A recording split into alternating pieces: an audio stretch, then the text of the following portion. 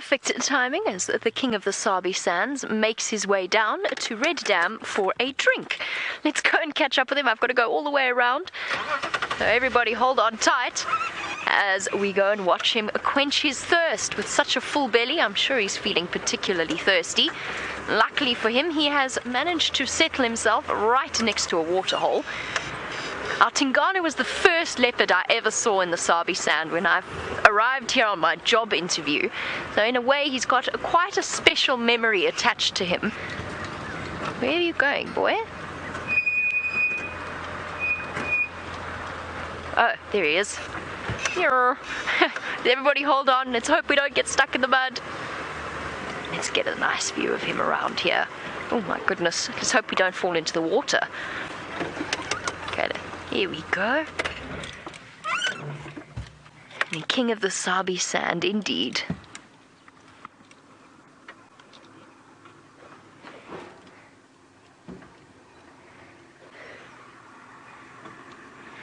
And Xylo in Hong Kong, welcome to the Sunset Safari. Lovely to have you on board. I think it's the first time I've personally heard your name.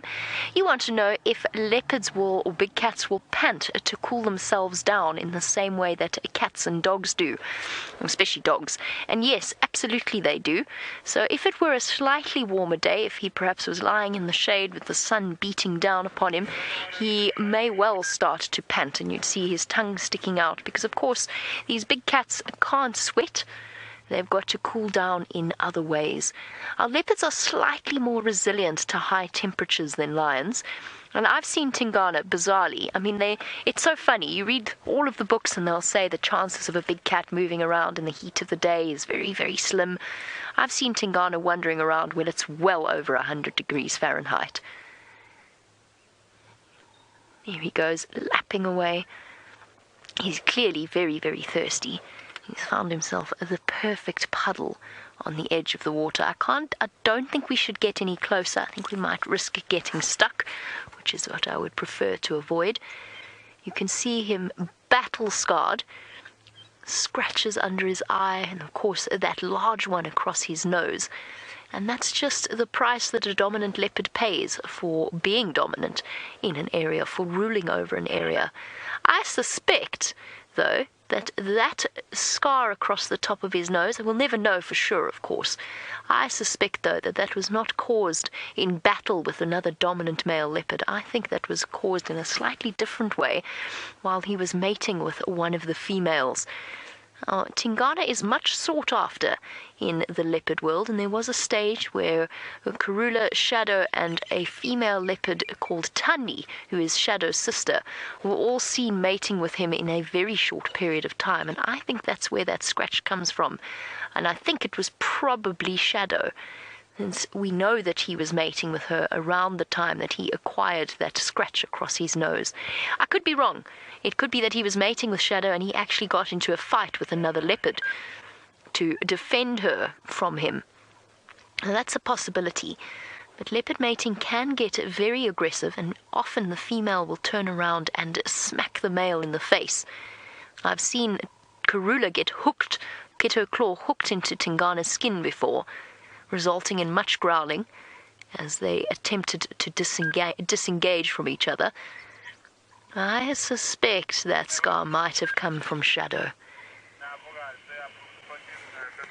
Oh, this is one thirsty leopard.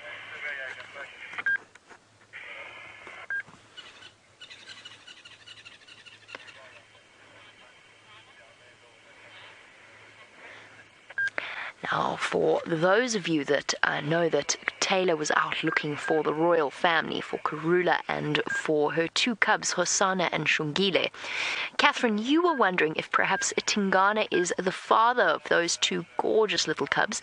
And just by the way, before I go into answering that, there is a three-banded plover wandering around in front of him. Sorry, Catherine. Yes, there is a...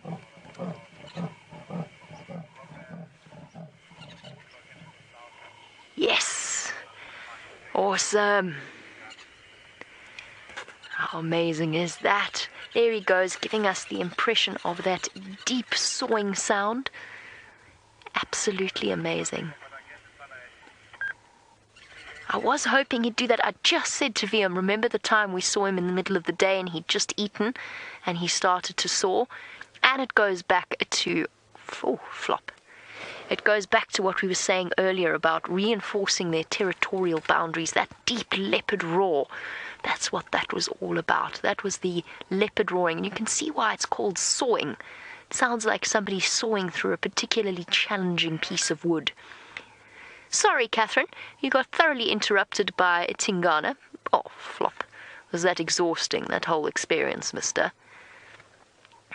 My apologies. Yes, there is a good chance that he is the father of our beloved Shungile and Hosanna, 2 8-month-old leopard cubs that we see on a relatively regular basis and that we have come to know and love. He was seen mating with Karula here. In fact, Catherine, strangely enough, I remember it vividly as sitting in this, probably almost in this exact position, except that Red Dam was slightly lower in terms of the level of water. Yes, I'm sorry, I'm talking about your love life. My apologies. He was mating with Karula, and that was when the Tsalalas chased them off in different directions. So there is a very good chance. But of course, we never know with leopards. Female leopards are mysterious creatures, and they will attempt to mate with as many males as possible. Well, of course, speaking about the amount of water that we have now, having just seen Tingana having a jolly good drink, let's go and have a look at Stef, who has a slightly different perspective. Yes, indeed. Although I must be honest with you, this doesn't have as much water in as Red Dam does at the moment. For those of you who just joined us, well, welcome to the bushwalk. We are on foot here at Djuma Private Game Reserve, and I am Stefan Winterboer. And right now we're looking for tracks of anything that came to make use of the last little bit of water that you see in this natural pan that we have here. That there will be attractive to animals. Whoop, we've got an elephant right here. Okay, so just stand still, everybody, don't panic. Alright, we've got a young elephant that just popped out of the woodwork over here and didn't even hear him coming. How quiet is that? Gee whiz. I'll tell you, elephant today are definitely giving my adrenal gland some workout. So he popped out here probably about 10 yards away from us. Anyway, let's carry on with the tracking thing that we were doing now that we said goodbye to Ellie. Alright, so what these...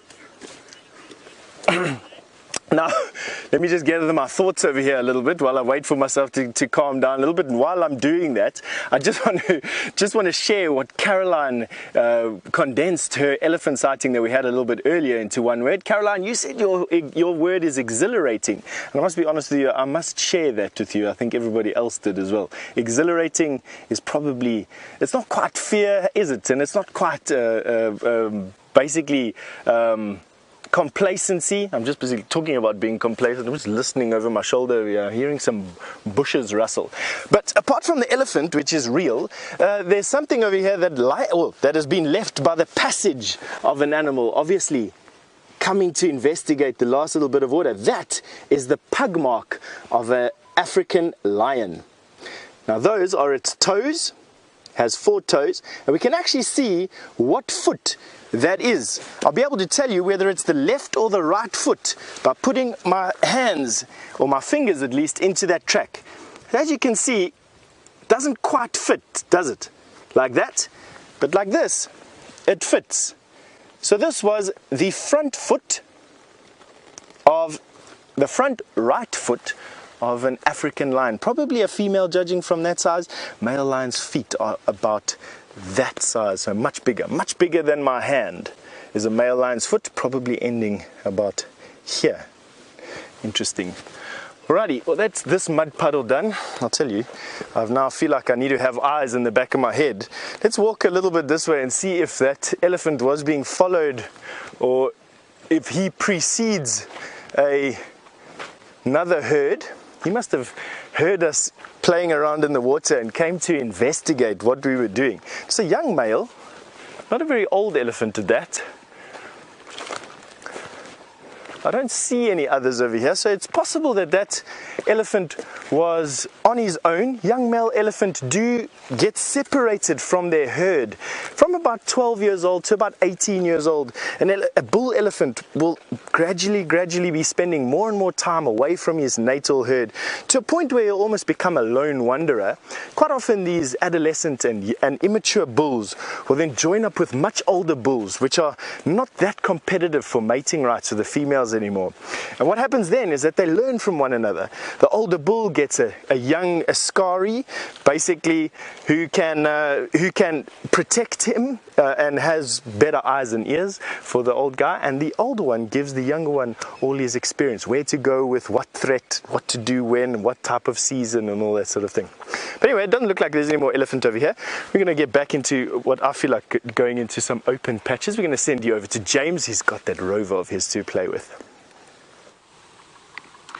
Now, we of course have been talking lots about predators. Tingana, the wonderful male leopard. Stef's looking for lions. Oft forgotten, the little predators. This is a little meat-eating creature called Polyrhynchus the ant. A very sweet little name for a creature that, a creature that belies its sort of voracious capacity to hunt meat, and it lives in a little colony underneath a tree. I don't know where this one lives at the moment. At the moment, he might live in my mouth, because one of the great joys, of course, of living out in the bush is afternoon tea. If you've ever had afternoon tea out in the bush, you'll never want to have it anywhere else. And certainly one of the things that inspired me to come and live in the wild was experiences with my family doing that as a child.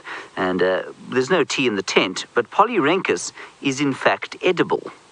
Polyrhynchus's abdomen tastes like a lemon drop. Now, I'm not sure that I'm going to eat Polyrhynchus live.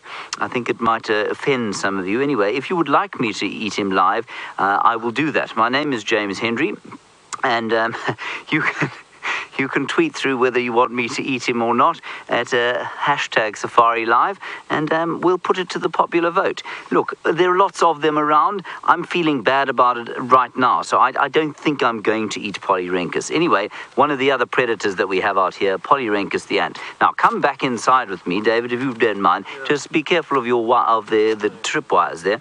We have this rover out, and he, like Stef, is looking at a pan, at some water. I'm just trying to wrangle Polyrhynchus at the moment. Now, let's have a look at what Ronald is looking at.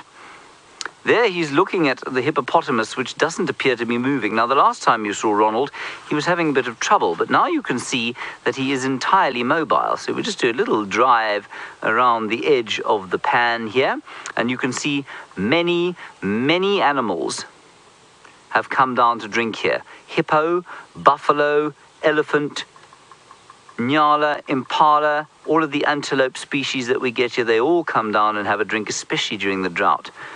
Now let's see if we can rouse Henry slightly. We don't want to frighten him, but we're not going to frighten him sufficiently to drive him out of the water. But it would be nice if he pretended at least to be vaguely alive, which he certainly doesn't seem to be.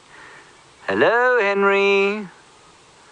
No, there's a very slight twitching of an ear every so often. Anyway, that's what Henry's doing there.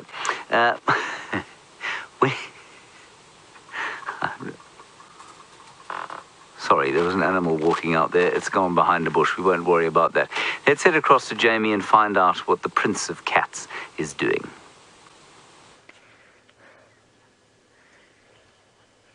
The Prince of Cats is on the move, and it seems as though we timed our arrival perfectly.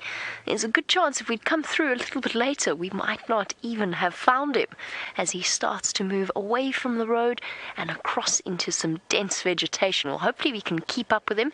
There is another vehicle up at the top of the hill, which is why we're not rushing round to the top. We'll be able to follow as he goes along. So let's just get a view as he wanders up. Here he goes. Look at that massive dewlap. We were talking about the flap of skin underneath his neck. He is a very, very powerful leopard. Okay, let's go and catch up with him. Hopefully he decides to call once again.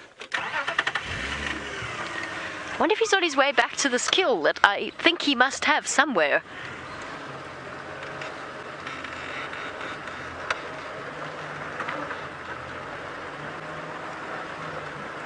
And Nidha, While we reposition, you want to know if leopards will hunt even if they are full. And the answer is yes. And interestingly enough, I wonder if he hasn't come through in this direction on his way to a herd of impala that I saw earlier. So all cats are opportunists, and the fact that they have full bellies will not preclude the chance that they are going to hunt if the opportunity presents itself. They might not be as keen on the whole idea, they might not be as enthusiastic, so they won't actively go and seek out food, but absolutely, if something wanders through. Recently we had Tundi, a female leopard, with 3 separate impala kills at one time. While we reposition to get a different view, Taylor has got a spotted animal of a different kind. We've managed to come across some giraffe that would like to partake in the show today, and they're all staring at us, these young poster boys. Now these are young giraffe bulls, the 3 of them, and I'm hoping if we sit here for long enough, they're going to show us something amazing. I'm not going to ruin the surprise just yet. We're going to wait for them to do it again. But isn't that quite amazing how all those heads seem to be coming from one body? Interesting thing. Now look at this. You see how they're sort of hitting each other very gracefully with their heads? Isn't this amazing? Now, this is called necking, and this is something that you don't often get to see. We normally just speak about it. And this is how a male giraffe fight. Unfortunately, though, for us, this is not a real giraffe fight. These are just young boys sparring, testing each other's strength and learning the various techniques. And I think it's quite funny that there are 3 giraffes swinging their heads at each other's. I've only ever seen 2 giraffe, as it should be. But because they're young boys, they sort of are just playing around. Like I said, it's nothing serious. But as graceful as it looks when these 3 swing their heads away, what I want you to do is I want you to imagine in your head a rope with a weight of almost 100 pounds, maybe just over 100 pounds. Now imagine if you swung that rope with that weight dangling on the end and you hit somebody with it, it would hurt. Now that blow, if in the right position, would be enough to kill a giraffe. So as graceful as what it looks, when the big boys do it, they swing their heads at quite a speed, and obviously it takes lots and lots of practice to be able to get the right spot. And obviously they normally try and go for the chest or the ribs around the sensitive areas. Often as the older giraffe as well, you see their knees are quite calloused from chopping each other and from the fight. But if they don't be careful, they're all going to get stuck and tied together. And I love how they just stop and pause every now and then and have a little glance at us. Isn't that amazing? Look how they're all standing with their legs spread. See, they haven't quite worked out how to balance themselves just yet. So they do splay their legs nice and wide, just in case they don't fall out. Oh, how was that maneuver? Very nice. That was something very much like the Matrix, being able to dodge bullets, but here they're able to dodge each other's heads. And now you can see perfectly why those ossicones are positioned on their heads and why the males have much broader and thicker ossicones than the females do. Oh my goodness, he almost wrapped his head right around the other one. There we go. They're getting better and better as we watch, and they'll do this quite frequently. Oh, and there's a waterbuck also disappearing in the background. You can see his white rump going. There, off he goes, a big male. He perhaps didn't pay for a ticket for the show and he's been ushered along and told to leave the scene. However, we've got front row seats of this amazing sighting. Look at this. This is the first time in a very long time have I even seen giraffe just sparring with each other. This is beautiful. Now, because they're not doing it properly, you can't really hear much sound to it, but I have been fortunate enough to see 2 big giraffe having a big fight with each other. And at first, I thought it was perhaps an elephant maybe breaking a branch, and indeed wasn't. That's how loud the sound is as well. When they swing their heads at the full swing and connect with their opponent, it almost sounds like a gunshot or a branch breaking.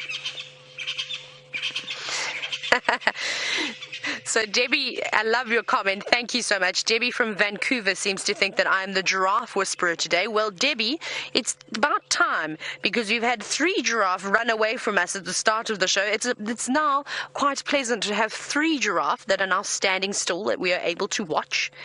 Isn't this beautiful? Giving a little shake. Now you'll see them shaking their heads quite often and stretching their heads up towards the sky, pointing their noses towards the sky. And I can imagine it can be quite painful when they are practicing as well. Not anything that's going to cause any serious injuries, of course, but I'm sure they get a bit of a headache every now and then, or perhaps a sore neck like a bruise. But they're not too bothered. Don't you think it's amazing how they're able to move their heads? Right, now, we're actually going to head to an ad break, so don't go too far, otherwise you might miss too much action. But let's have one last look at these giraffe before we disappear.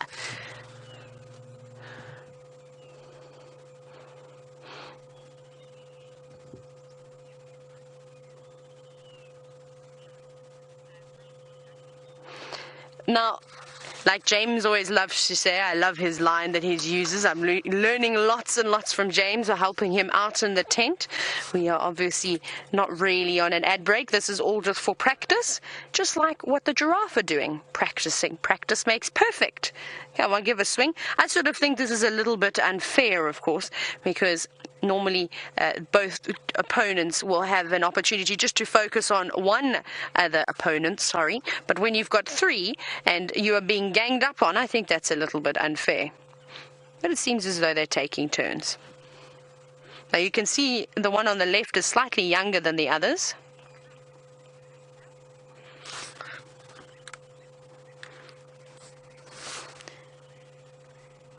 Isn't this amazing? I can even hear some elephants. So what we've been watching as they swing their heads around, we almost see them as go into a giraffe twist of some sort. Now, Victor, I know you're wondering what happens if they get their sort of necks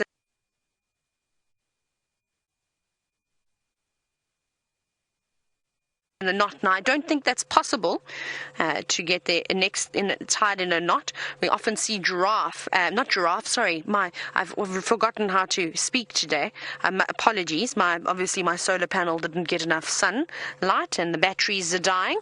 Now, we normally see fights with the antelope, and particularly the kudu, where their horns get stuck together and they can't untwist, and unfortunately they end up dying most of the time. But luckily for a giraffe, there's no such thing as a giraffe neck knot, I suppose you could call it. That's a bit of a tongue twister if you say that 30 times. Giraffe neck knot, giraffe neck knot. It'll be quite difficult. Here we go. Going to have another go. Now, it's very graceful what they're doing. Like I said, when you see a proper fight, you will see chopping. So if you know horses or anything like that, they'll be chopping with their front legs and trying to injure their opponent to the best of their ability. And anyway, that's quite funny how they take turns with each other and gang up. There we go. Now it's the one in the middle's chance, right? You were ganging up on the other one at the back. Serves you right. Oh, there we go. That was a great shot. This is amazing. Oh, wow. They're really going. They've really got into the swing of things now once they've got the rhythm. You see how that giraffe is also tucking his tail between his legs? He's trying to protect the sensitive bits, which is very clever of him. Now changing their position up. And when the giraffe fight, you never see them standing face to face. You always see them just putting their bodies next to each other. You can see the one in the middle, obviously got a bit of a sore head. You can see he's not happy. Look at his sort of reaction. He's going, I'm not playing anymore, I'm out. There, see the other one on the right, stretching his head up. Like I said, it can be a little bit sore, and sometimes I need to just stretch it out. It's as if you perhaps twisted your ankle a little bit. You know, you sort of roll your ankle around, try and loosen the muscles up.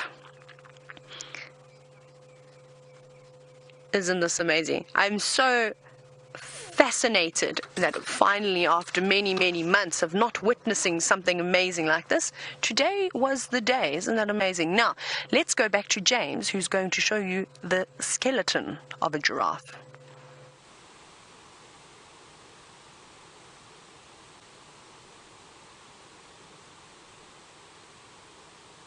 Mute. Oh gosh. Yours, David? No, I didn't mute. Okay, how's that? Okay, it's back.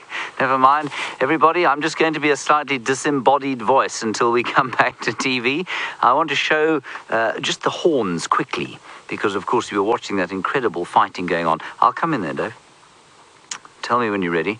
20 seconds to TV, everybody. Here we go. There we go. 5 seconds, everybody. I hope you're not nervous.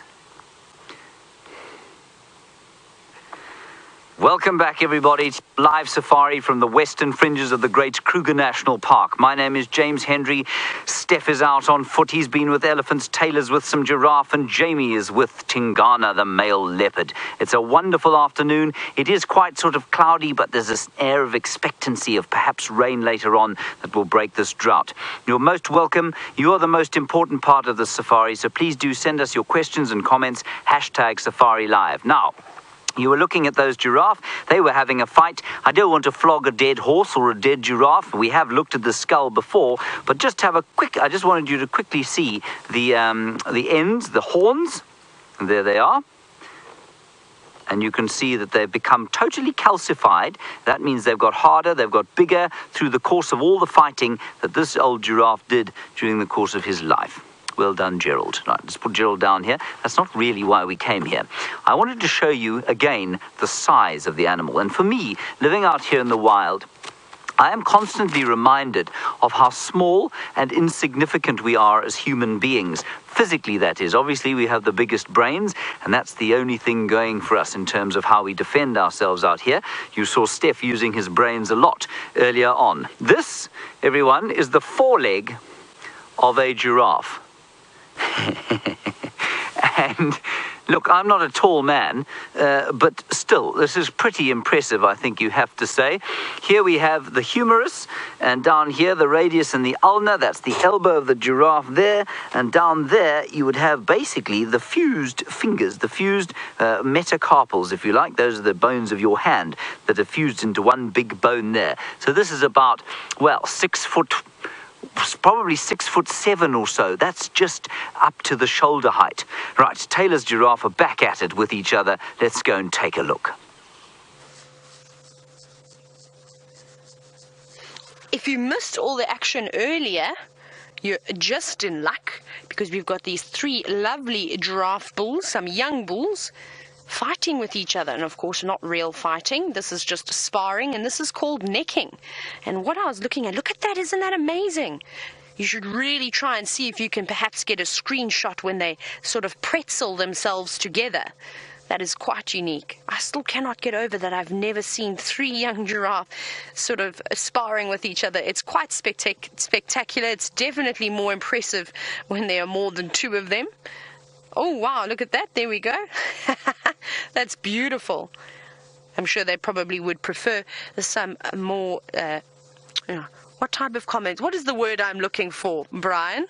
I'm calling them beautiful and all sorts of strange things.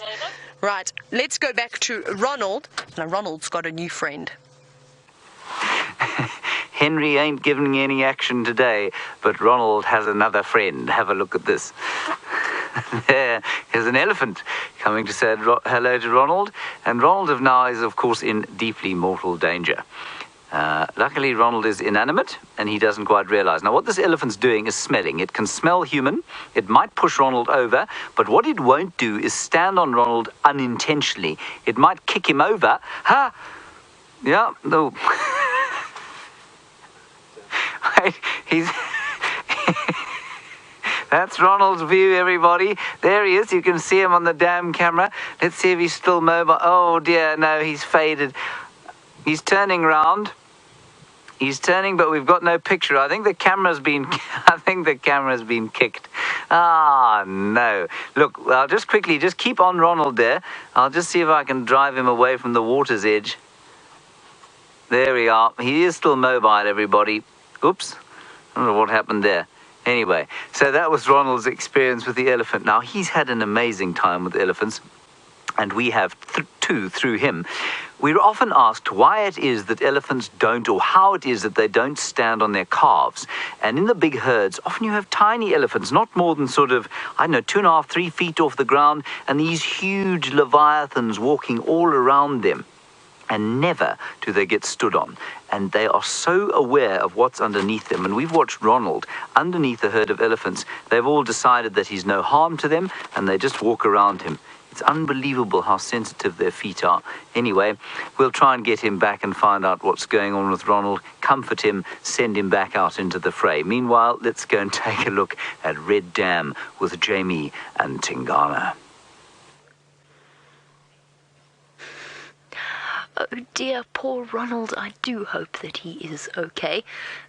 Meanwhile, Tingana's doing his best possible impression of Ronald, lying on his side, looking thoroughly relaxed. And who could blame him with a belly that full? Those of you who've perhaps eaten a bit too much every now and again on a large family lunch, or perhaps some kind of holiday, you'll know exactly how he feels. That lazy, exhausted feeling. You can see he's also panting still. We were talking about that earlier, and the fact that they do pant to cool down. He's breathing fast, so he's doing a little bit of cooling down through his nasal passages. Other than that, his tongue is inside. It's not too hot this afternoon, and it's actually getting gradually cooler. He's moved away a little bit from Red Dam and found himself a nice, safe spot on a termite mound, or next to a termite mound. And it just makes sense for him to be slightly away from the water's edge itself. Of course, the water attracts not just prey animals, but also other predators. And the last thing he wants to do, for example, is sleep right next to the water and find himself in the path of hungry lions, for example. So he's quite happily settled here, just a little bit further away. It's amazing the natural instinct that these animals have to keep themselves safe.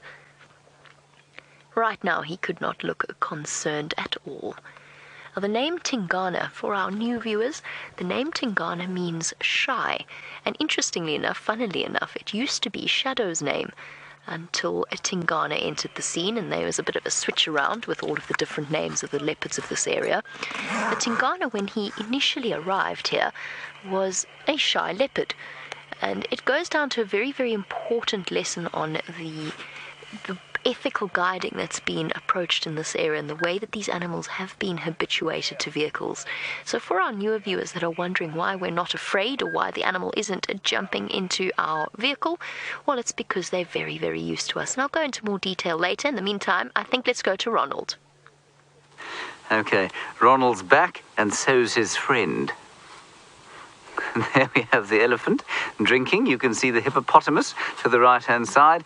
And this elephant, I think, is fascinated by Ronald, far more than he is threatened, far more than he is offended. He's curious. He's a youngish elephant bull. Oh, gosh, Ronald, I do hope you're okay, old pal. Look at the elephant's toenails. Oh, dear. Oh, no. No, stop it. No.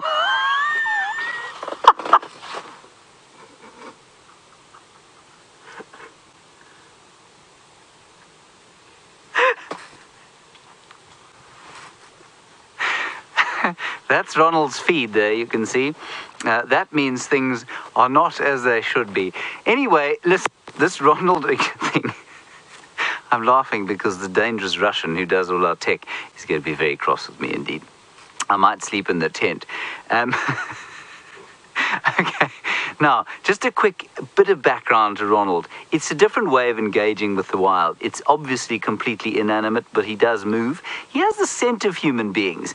Now, elephants can get irritated. I said that that elephant wasn't offended by him. I was obviously entirely mistaken because that elephant was offended by him and he's kicked him into the water. It's not ideal, I must confess. Let's have a quick look at the dam cam. Oh, dear.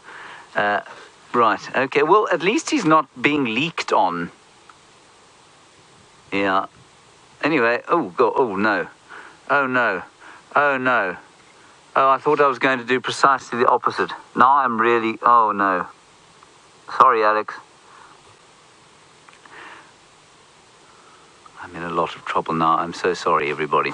Right, anyway, so Ronald, that's a deal I'll deal with Alex later. Probably sleep out where Stef is now.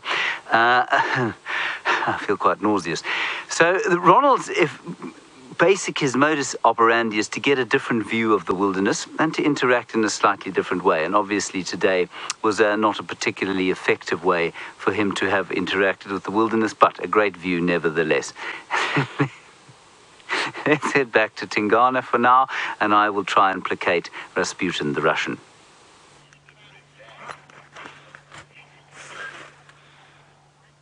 Oh dear, poor Ronald, what a disaster.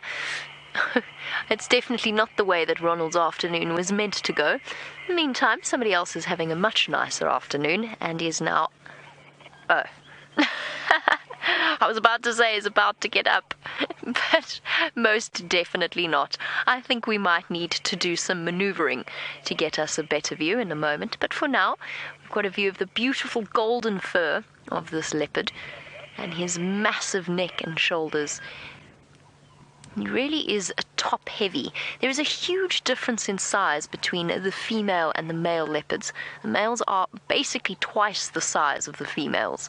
So whilst Tingana is roughly 80 kilograms, so around, actually over 170 pounds, the females are a little bit smaller than that, usually sitting at around an average of 50 kilograms, so about 110 odd pounds. So considerable difference in size. Now, I was talking earlier about why the animals are not dangerous or do not jump into our vehicles.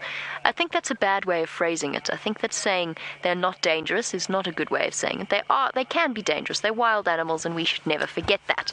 That being said, they're not out to get us in any way. They don't see us in the vehicle as prey, and because they've been treated very, very carefully by different human beings, they are very comfortable with the presence of the vehicle in their space. Right. Let's reposition so we can get a nice view of Mr. T's head. Hopefully. Oh, hold on. The game has changed.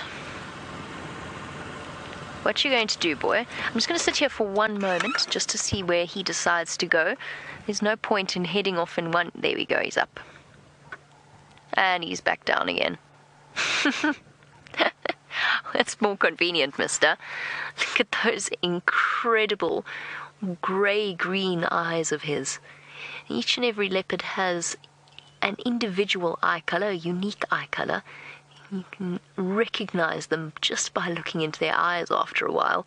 Mvula, for example, another dominant male of this leopard of this area, has got bright blue eyes rather than this sort of greyish bottled green. And each and every individual, I know that James was speaking about leopard spot patterns before, each and every single individual has a completely unique look. Their spots are like fingerprints. And for us, after a while, seeing them regularly, they become very, very easy to identify. It's almost like recognizing your neighbor, your friend, your colleague at work. Each one has a completely individual face, provided you've spent enough time with them, of course. That doesn't come overnight. I think I'm still going to reposition. I think I'm going to work on the assumption that he's actually going to go that way. If he does go anywhere, I think he's going to go that way. Let's give it a go. Try and reposition to see him. Find ourselves a nice spot. Which means you might have to hang on to your hats for the moment as we duck under branches. Actually, I think that's a much better idea. While we reposition, why don't you go across to Taylor, the Giraffe Whisperer? Starting to drizzle a little bit. So the prediction is true. The thumb knows exactly what's going on.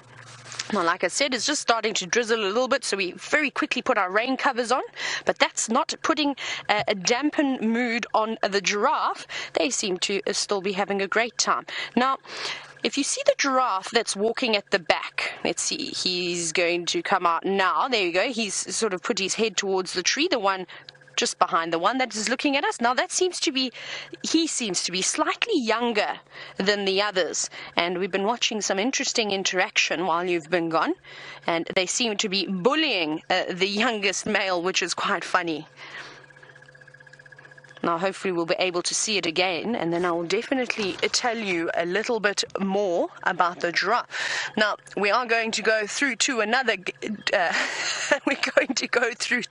ad break, so don't disappear for too long. We'll see you shortly.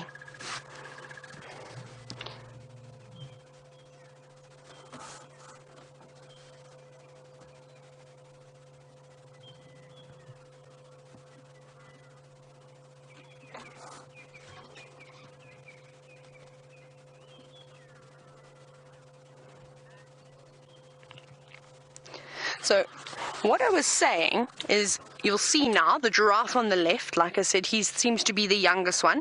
Now, I'm a little bit uncertain as to how old these giraffes are. I would guess that they are anywhere between 6 and 8 years old. I don't think they've quite reached about 10.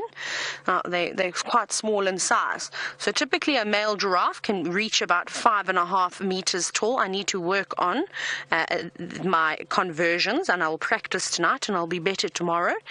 And it's quite funny how the two oldest, like I said, are definitely picking out and seem to be squeezing that youngster in the middle. I don't think he's too much younger, maybe about a few months, maybe even just a year or so. But you can definitely see on his coat how much lighter in color he is. So the one that we're talking about is the one on the right, and you can see the two on the left are definitely darker in color. Even their ossicones seem to be slightly broader, and that's what happens as they get older. The color increases, so they get a lot darker, and then of course those ossicones start to broaden out quite nicely. So if you see the camera moving, it's me swatting a fly that's trying to disappear up my nasal cavity, which I'm refusing to let it do. No, go away now. Off you go, shoo fly. But they seem to have settled down. I think we got here just at the right moment when we were watching them bash each other about. Now, if you have a look at those wonderful legs, very much like a horse's leg, so you can see the big round bits just above their hooves, that is the fetlock, and then of course they've got that joint which is very much like a knee, I suppose. And like I said, when they get older, their shin normally becomes quite sort of calcified. It's big scabbing, and it almost looks like they have a armor plating on their front knees, and they do indeed kick. Sorry, Kirsty, I've forgotten completely who asked that question. It slipped my mind. Christine, you were wondering, do giraffe kick? Now they do. Now they chop very, very well, like I said, and that's what often causes that callousing on the front of their legs. And then, of course, those powerful hindquarters, which they often try and double barrel with. And we see that quite often when we see lions trying to jump on the backs of giraffe. If they get it at the right spot, that can cause a serious injury for the lions. But I think they've had enough now. I think playtime is over. It seems as though they're moving away, moving into the thicket, perhaps to feed and get out of the rain. It's not too heavy though, it's just little spits and splatters. But I hope you enjoyed the giraffe, because I really did. It was quite amazing. They now just seem to be staring off into the distance. Like I said, perhaps moving up towards the bank, and they're going to go and have some dinner. But I think we're going to move on from the giraffe now. Like I said, I hope you enjoyed that. But let's go back to Jamie and Mr. Tingana.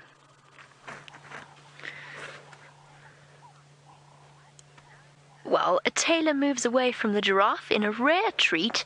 In this particular location, we don't have to go anywhere, and we can actually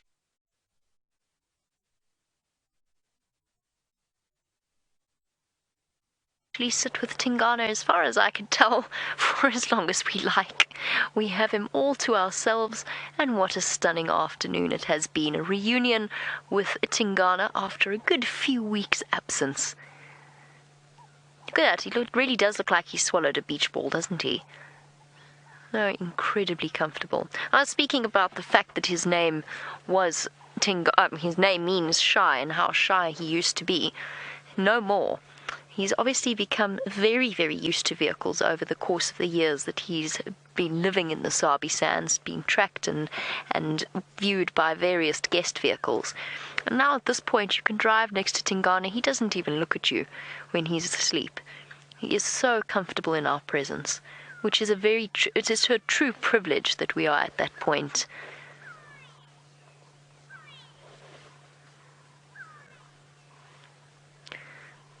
Sorry, I've gone quiet for a moment. I'm just listening to alarm calls of go-away birds. There is a nesting pair of Wahlberg's eagles, which is why I'm looking off in this direction. There's a nesting pair of Wahlberg's eagles that flies around here, and I was hoping that they might be around, but I don't think so. So we can go back to checking out Tingana, who looks thoroughly comfortable and almost like velvet, before our imaginary television audiences return. Here we go, curled with a very delicate one foot over the other. I love that pose.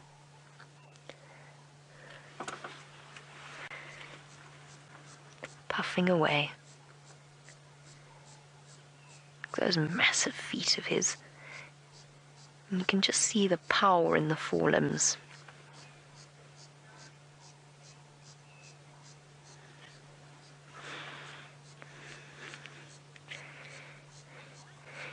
And what a spectacular afternoon this has been here in the Greater Kruger National Park area of South Africa. My name is Jamie, and this afternoon I have VM on camera with me, and we're looking at one of the most amazing leopards of our various animals that we see.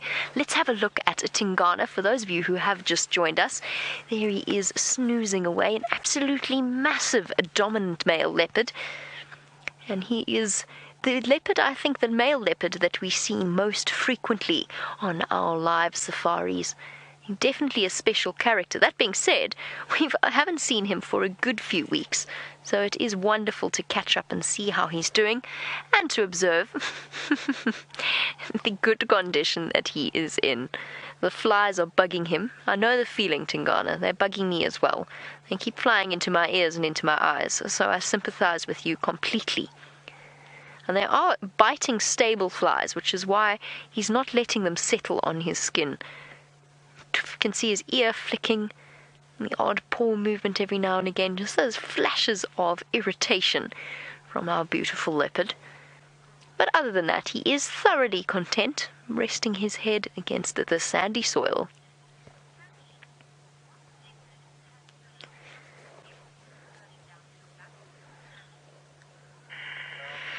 Tammy, interesting question from you. We were talking before about identifying individual leopards and how familiar they become to us. Now, Tammy would like to know which leopard has the airstrip running down his back. Well, Tammy, I'm going to have to turn to the assistant of some of our viewers that have been watching these live safaris and know these leopards for longer than I've been working here. So for those of you that are familiar with our leopards, there's a suggestion that it might be Quarantine with his airstrip down his back. I have only encountered Quarantine twice, so it could well be that I missed that particular feature of him. There's an entire possibility that I did. So, for all of you who are familiar with the leopards of the northern Sabi Sands, please let me know which leopard has an airstrip, or the look of an airstrip running down its back. VM, do you know? VM's It is Quarantine. Okay, that's conclusive. Conclusive from the man himself, who has spent far more time with Quarantine than I have.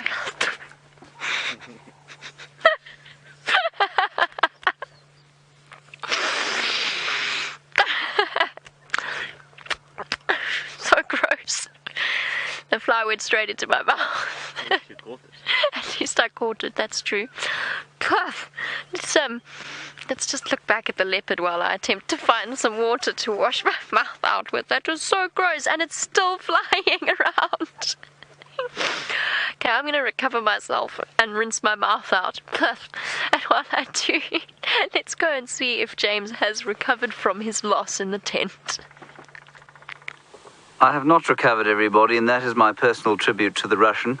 It is, of course, a hammer and sickle, which is a joke in very bad taste, and he's probably going to be even crosser.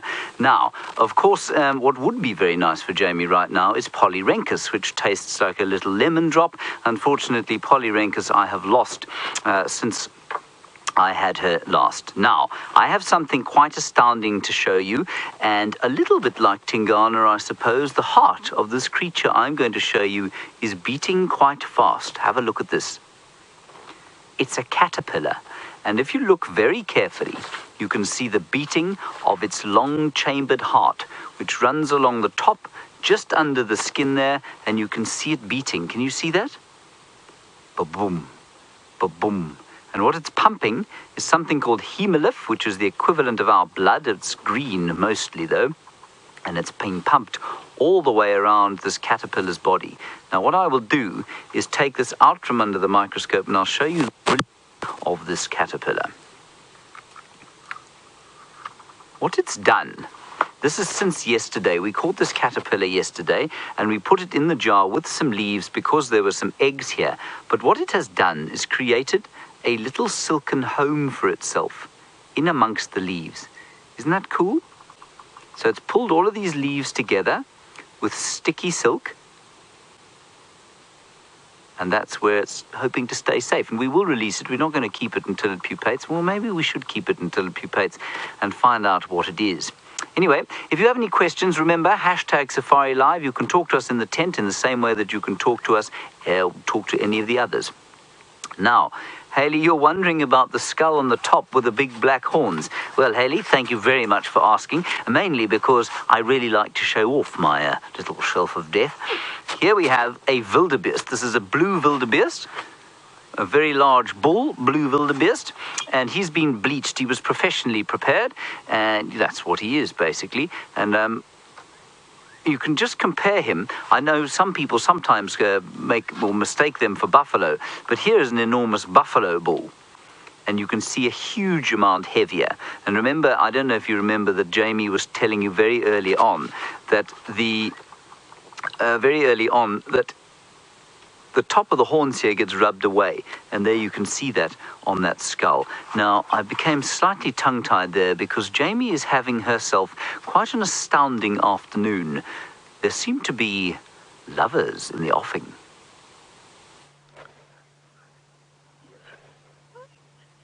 Can you believe it?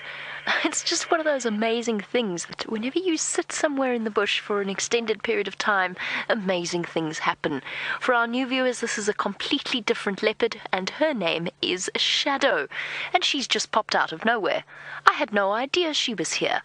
This is absolutely incredible. Her timing could not have been more perfect. I'm going to have to leave this sighting in the next few minutes, but hopefully...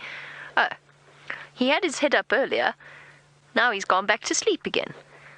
Well, hopefully, the two lovebirds might reunite once again. I have to tell you that the last time I saw a Shadow and Tingana encounter, or one of the last times I saw a Shadow and Tingana encounter, he had, to be fair to Tingana, he had just been chased by a lion up a tree and managed to safely come down. But the last time I actually witnessed it, Tingana ran away from Shadow. Oh, and there she goes, slinking down into the ravine. Remember how I said earlier I hear alarm calls, and that it didn't sound like the sort of normal, it sounded frantic from the go-away birds. I thought it was the Wahlberg's eagles. They knew something I didn't, and that was that Shadow's around.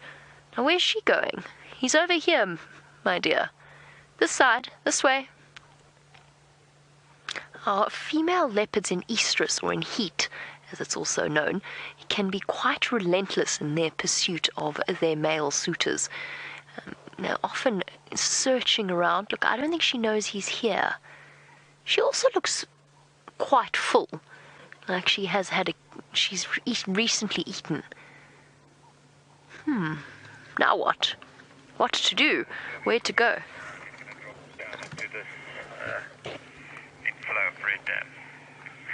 Lumbering straight east. Don't know, she just want to make a loop around towards Tingana, maybe. Copy that, thank you. Sorry everybody, just have to chat on the Game Drive channel. I'm going to do some repositioning and decide whether or not Shadow's just doing a loop on her way to Tingana. I'm trying to just keep an eye on where she is. While I do that, let's head across to Stef and a Millipede. Have a look at this.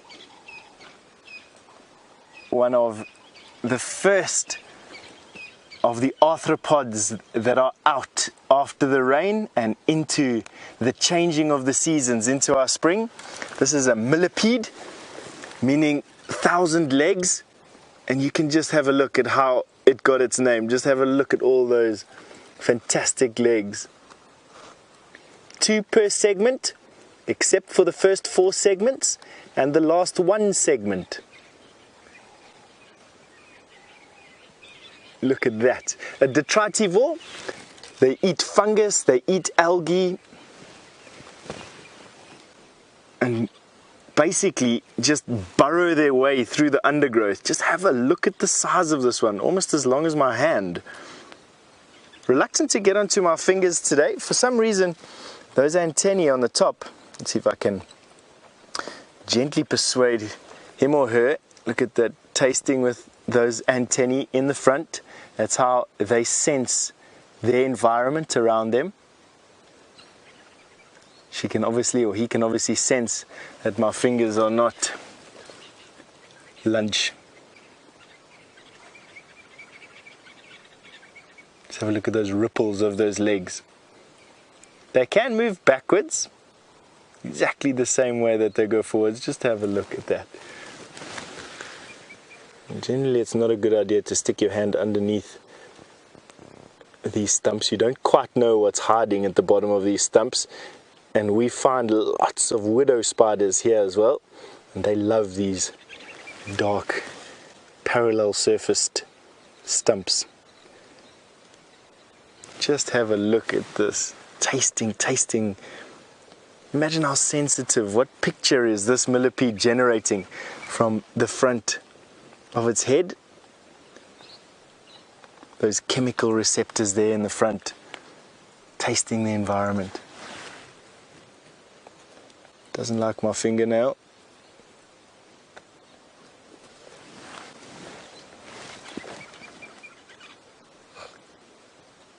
Wow, what an afternoon it's been for us. We haven't found not another single track of those lions that we started the show off looking for. And it looks like they've given us the slip, unfortunately. It's just one of those things that lion do, but we have had a brilliant day for elephant. I must be honest with you, there's been an elephant around every bush, basically. On that note, and while I get myself out of this tree that I'm hung up in, we're going to send you over to James in the tent. I must say I'm very surprised that those lions weren't found. We tracked them this morning as well. I don't think they would have gone far, but that's how it goes out here. You don't always find what you want, but you often find things that, well, they're unusual. Over here, we've got the exoskeleton of a millipede, and that has been devoured by a scorpion and left as detritus. This is chitin, which is almost completely inedible, and we'll have a quick look at it under the microscope. There it is. Not particularly impressive under the microscope. Anyway, we probably won't try that again. Marvellous. Okay, everybody, it's been wonderful having you with us. We're going to hand you over to Jamie for the last few minutes from no, not from Ronald. Hopefully Ronald will see you next time. Until then, bye-bye and stay safe.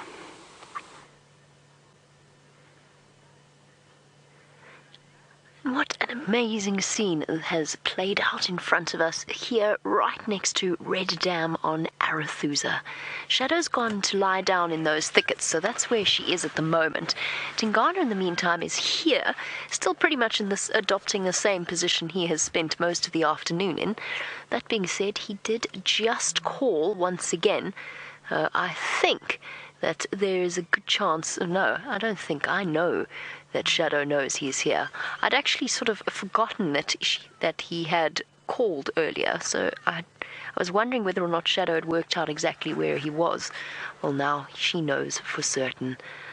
Unfortunately, I don't think we're going to have time to see the reunion between our two beloved leopard characters. It could be quite interesting. I'd be very curious to see whether or not Tingana would go dashing off into the distance.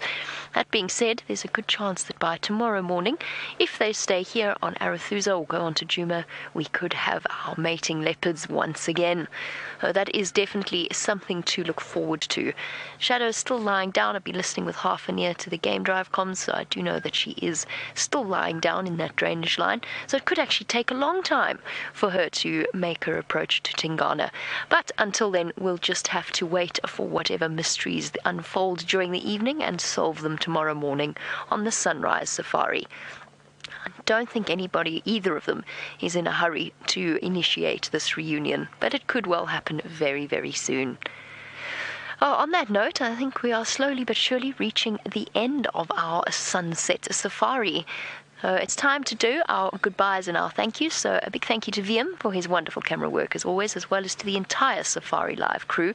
Most importantly, a big thank you to all of you. Let's finish off our sunset safari with a view of this gorgeous male leopard, as it is time to say our goodbyes. It would not be the same without all of you joining us on the back of the Safari Live vehicle. So we do thank you for your questions and your comments, and I hope you're all very excited to have been reunited with one of our main leopard characters. And as I said, we will be spending, well, we certainly will be spending a lot of the morning searching for this leopard pair. Awesome, Tingana. What a spectacular way to finish off. Well, I don't think I could have said it better than Tingana. On that note, goodbye everybody. Have a wonderful day.